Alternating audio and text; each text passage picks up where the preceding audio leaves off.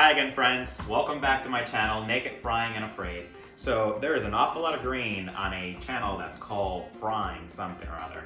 This is because all of this stuff can be delicious if you cook it in your air fryer. Just because this is called an air fryer doesn't mean that you're actually frying things. It's a great way of getting a good crisp on things. So part of the reason why I call my channel Naked Frying and Afraid is because I wanted to showcase how you can use this kind of a device to give you a good fried-like feel and taste without actually having to batter anything or actually fry something.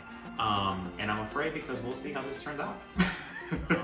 Today's recipe, it's going to be a salmon that's going to be panko, Parmesan cheese, or alternative, we're going to use nutritional yeast flavoring. This is amazing to give it a nice cheese-like nutty texture or taste to the recipes.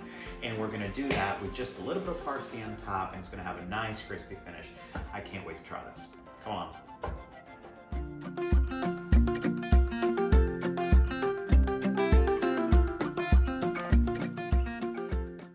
So the first thing that I like to do before I start any recipes is actually heat up this air fryer. Now, if you're gonna do these kind of things in an oven, you have to wait 15 minutes. You have to take that gigantic thing up to temperature, and you may just be cooking for yourself and someone else. So this is a great thing for maybe a family of 2 or maybe even 3. Now, my size air fryer, probably you can get about 4 to 5 people fit with this. They make them smaller, they make them larger.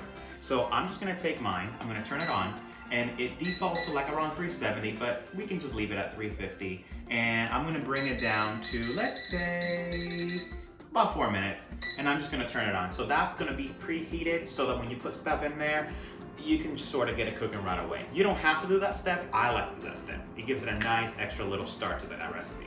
So the first thing I like to do is I like to score the fish. I just kind of make a couple of little tiny cuts.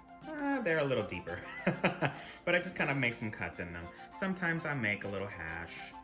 It's just a little bit of something so that the garlic can actually go right into those little grooves. So I'm gonna grab my 1 garlic bulb, and what I'm gonna do is, let me make myself some space. I'm gonna go ahead and break that up, take the skin off of it, the covering layer. We're gonna get rid of that. Then I'm just gonna go ahead and give it a little rough chop. So after you have the garlic all cut up, we're gonna go ahead and put this inside of the fish, just like so. Just kind of rub the garlic all over the top of the fish. See if you can get it in some of those little grooves. So what's gonna happen is when you add some egg to this, some of this is gonna fall off, but I always like to feel and find some garlic inside of that fish as you eat it. This step actually makes a huge difference.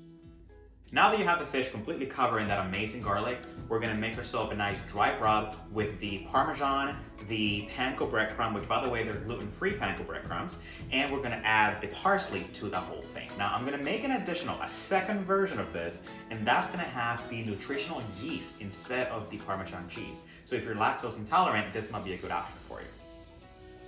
So I'm gonna go ahead and put in some gluten-free Panko breadcrumbs, about a 1/4 cup of it. Don't be afraid. You may have a little bit left over, but that's okay.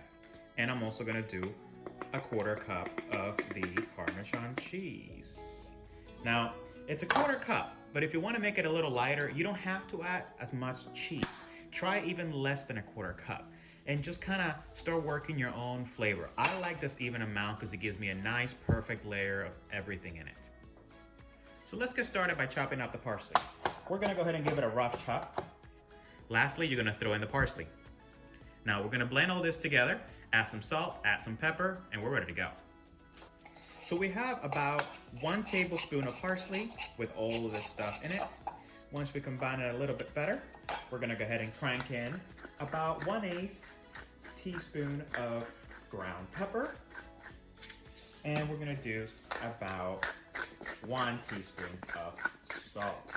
Now, Parmesan's a little bit saltier than the nutritional yeast, so you may want to pull it back and maybe just add 1/2 a teaspoon of salt. If salt and pepper is really down to just personal preference. That looks perfect too. So all you're gonna need is a 1/4 cup of both of these ingredients. You're next gonna put the nutritional yeast.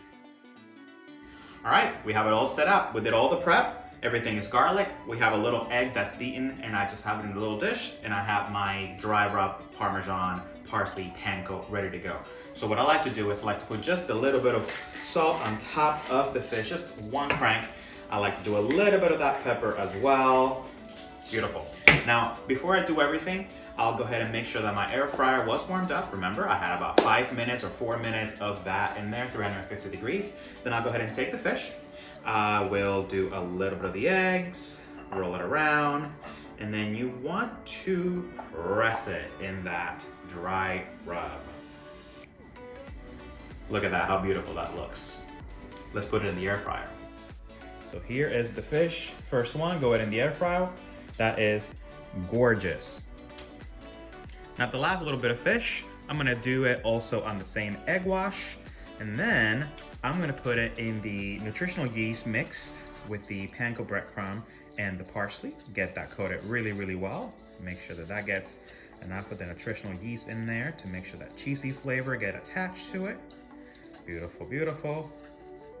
And that also looks quite tasty. All right, let's get the last piece in the air fryer. So this next part, it's kind of a big deal. Now you have all the pieces in the air fryer, as you can see. They're laying to go, they have a little bit of space all the way around them. Don't let them touch, just so the air can circulate really good and get a good crisp on it. Now this last step is important. I like to put a little spray of olive oil on top.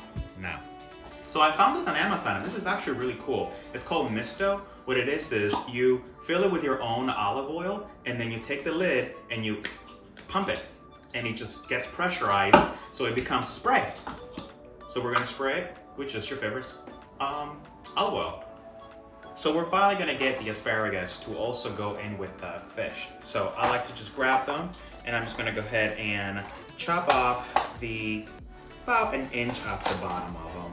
This part's really, I'm not a big fan. If you like them, just put them right in there. But when you have most of the more tender, more juicy top part, we're gonna go ahead and lay that on the fish. But my air fryer came with this little rack. So what I do is I put the rack on the fish, and then I put this on top. So they're not touching each other, they're not all jumbled up in there. You can probably pick this up on Amazon, or you can just get a regular little circular or small little square rack that fits inside of your air fryer. I'm just gonna go ahead and put these down on my chopping block. I'm gonna give them a little bit of pepper crank on top, maybe 2 or 3. And I'm just gonna go ahead and put a little bit of salt on them as well. So I spread them a little bit with the oil on top, and I'm just gonna put it on top of the fish, right there on that grill. So I have them a little grill on top of it. I'm gonna go ahead and spread out the asparagus. It's okay, some of them fall down. It's plenty of room in here for everybody. So it looks like there's a lot of stuff in here, but there really isn't. This can go all the way up to here with kale, which, by the way, stay tuned because I'm going to be making some kale chips that are going to be out of this world. So make sure that like my video, subscribe my channel so you can get these alerts when these recipes come out. All right, so everything is in this bad boy. Let's go ahead and put it inside of the air fryer. So what we'll do is we'll cook it for about 5 minutes at 300 degrees. So we're going to turn this on, bring this down to about 300. We're going to give it just 5 minutes. Now, in those 5 minutes, that fish is gonna cook really, really well on the inside. Because if you bring it really fast, really high, it's just not gonna cook the inside. And I like my salmon pretty much on the well done side. If you do not, then you're gonna give it 10 minutes straight. Otherwise, you're gonna follow my directions, and it's gonna be 5 minutes at 300 degrees and another 5 minutes at 400 degrees. So that's gonna make it nice and crispy on the outside, and it's gonna be nice and juicy on the inside, but completely cook through. So what to do for the next 10 minutes? Oh, hi, we meet again. So why not get into a plank? Now, we did this last time for about 30 seconds. So let's go ahead and do it today for about 45 seconds. Now, when you're holding your plank, make sure that your shoulders are over your elbows. All I need you to do is breathe. Don't hold your breath. If you notice my hips, they're about the same height as my shoulders. They can be a little lower, they can be a little bit higher, but don't let them dip down.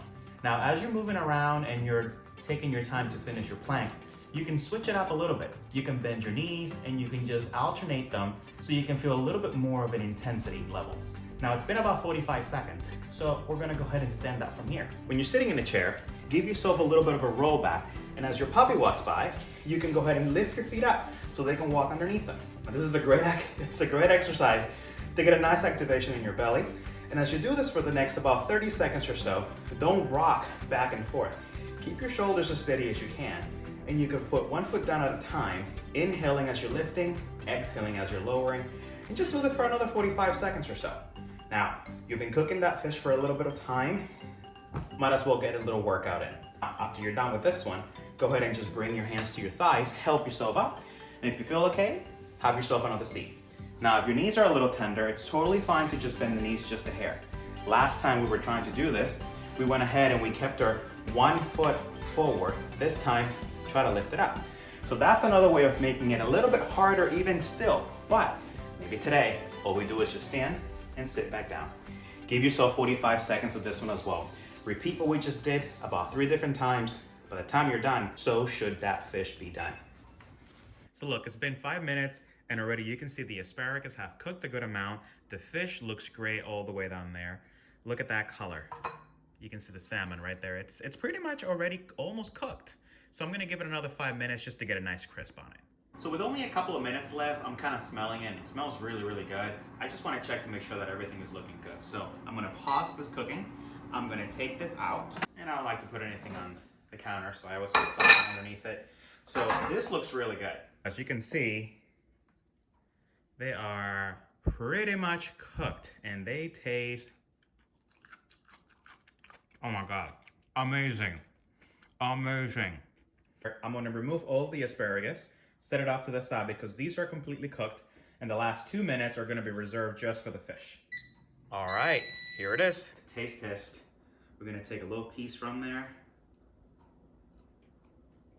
Oh my God, that is crunchy. That is so soft.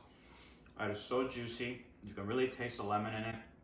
The first thing that jumps out at you is not cheese, it's a nice crust. You can really taste the herbs. You take one of these little, ooh, they're actually kind of crunchy on the outside, but the fork went right into it, nice and soft. A nice crunch, nice soft flavor. Somehow they got really aromatic. It didn't get all bitter.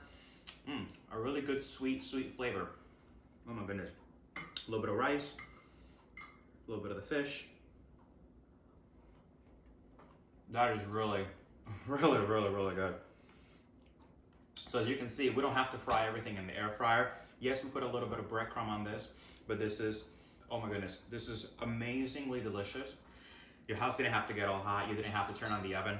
You cooked it in under 15 minutes. It was a total of 10 minutes that I kind of stopped and I kind of moved things around and I put it back in there. While you put everything in there, it was sort of like a one-pot meal. You already have a little rice made, just warm it up. If not, you can put it in a rice cooker. That's a full meal right there.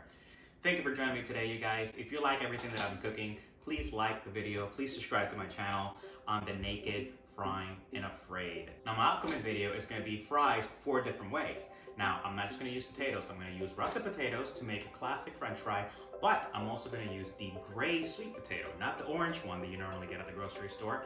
You can actually get a gray one that's a little bit less sweet, and the fries are delicious. Carrot root, that little white with the little dashes on it, really crispy, and I'm going to also make cassava chips or yuca chips. Each one's going to have its own little dipping sauce. It's going to be absolutely delicious. All in the air fryer, really easy. Cut, put in, and mix a couple of things. So don't miss that coming up. Please like, subscribe to my channel, and if you have any comments, anything you want me to fry out, anything you want me to make in the air fryer, please let me know below. And like always, no need to put any oil in here. You can spray your food, but you don't have to cook in anything. So if you want to put any liquid in there, serve yourself some wine, a nice rosé to pair with the fish, and remember, the liquid goes in the cook. Have a great rest of your day, everybody.